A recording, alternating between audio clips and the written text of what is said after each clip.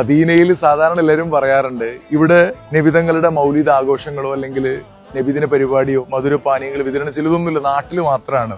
സത്യം പറഞ്ഞാൽ അതൊക്കെ വെറുതെയാണ്. നോക്കൂ, നിങ്ങൾ യാഥാർത്ഥ്യങ്ങൾ മറച്ചു വെച്ചുകൊണ്ടാണല്ലോ ഈ ചങ്ങാതി ഇങ്ങനെ കളവ് പറയുന്നത്. ഇവന്റെ സംസാരം കേട്ടാൽ എന്താ തോന്നുക? മദീനയിലെ മതകാര്യ വകുപ്പും മദീന പള്ളിയിലെ ഇമാമും സൗദി ഭരണകൂടം ഒക്കെ ചേർന്നുകൊണ്ട് നബിദിനം ആഘോഷിക്കുന്നുണ്ട് എന്നല്ലേ? നാട്ടിൽ മാത്രമല്ല, ഈ സൗദിയിലും മദീനത്തൊക്കെ ഇത് നടക്കുന്നുണ്ട് എന്നല്ലേ ഇവൻ പറയുന്നത്? പച്ചക്കളവല്ലേ ഇത്? വഞ്ചനയല്ലേ?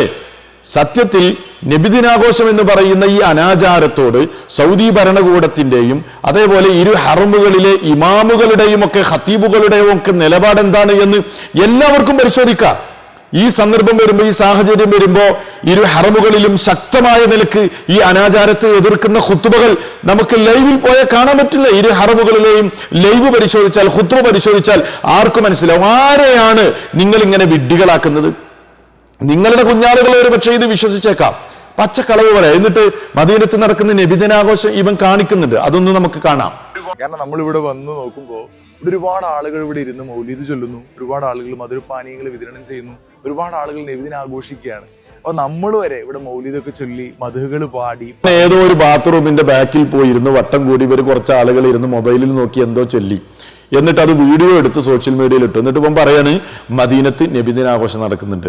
ഒന്ന് ആലോചിച്ച് നോക്കൂ സഹോദരങ്ങളെ, ഇവരുടെ കഥ ഒന്ന് ആലോചിച്ച് നോക്കുക. അങ്ങനെ ആർക്കും വേണമെങ്കിലും എന്തും ചെയ്തൂടെ? ഏതെങ്കിലും ഒരു ബാത്റൂമിന്റെ മറവിൽ പോയി തൂണിന്റെ മറവിൽ ഇരുന്നു കൊണ്ട് എന്തെങ്കിലും തോന്നിയാസം ചെയ്ത് വീഡിയോ എടുത്തിട്ട് ഇതാ മദീനത്തെ ഹറമിൽ ഇന്ന കാര്യം ചെയ്യുന്നു, നടക്കുന്നു എന്ന് പറഞ്ഞാൽ അതിന്റെ ആധികാരികത എന്താണ്? ആലോചിച്ച് നോക്കൂ.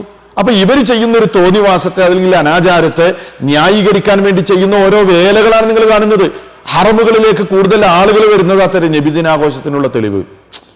എന്തുമാത്രം ഒരു വലിയ കഷ്ടമാണ്. നിങ്ങൾ ആലോചിച്ച് നോക്കൂ. എന്നിട്ട് എന്തിനാണ് ഇതൊക്കെ ചെയ്യുന്നത്?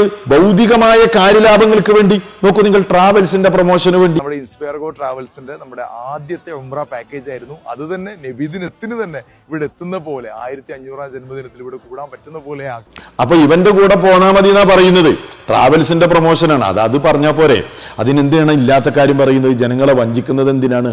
അപ്പൊ ഇതാണ് ദുന്യവിയായ കാര്യങ്ങൾക്ക് വേണ്ടി കളവ് പറയാം, എന്നിട്ട് ജനങ്ങൾ എതിർക്കുമ്പോൾ അത് ഡിലീറ്റ് ചെയ്ത് ഓടുക.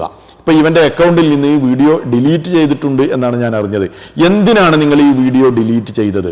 നിങ്ങൾ ഈ പറഞ്ഞത് കളവായിരുന്നു എങ്കിൽ പൊതുസമൂഹത്തോട് നിങ്ങളത് തുറന്നു പറയണമെന്നാണ് ഈ സാബിയോട് എനിക്ക് പറയാനുള്ളത്.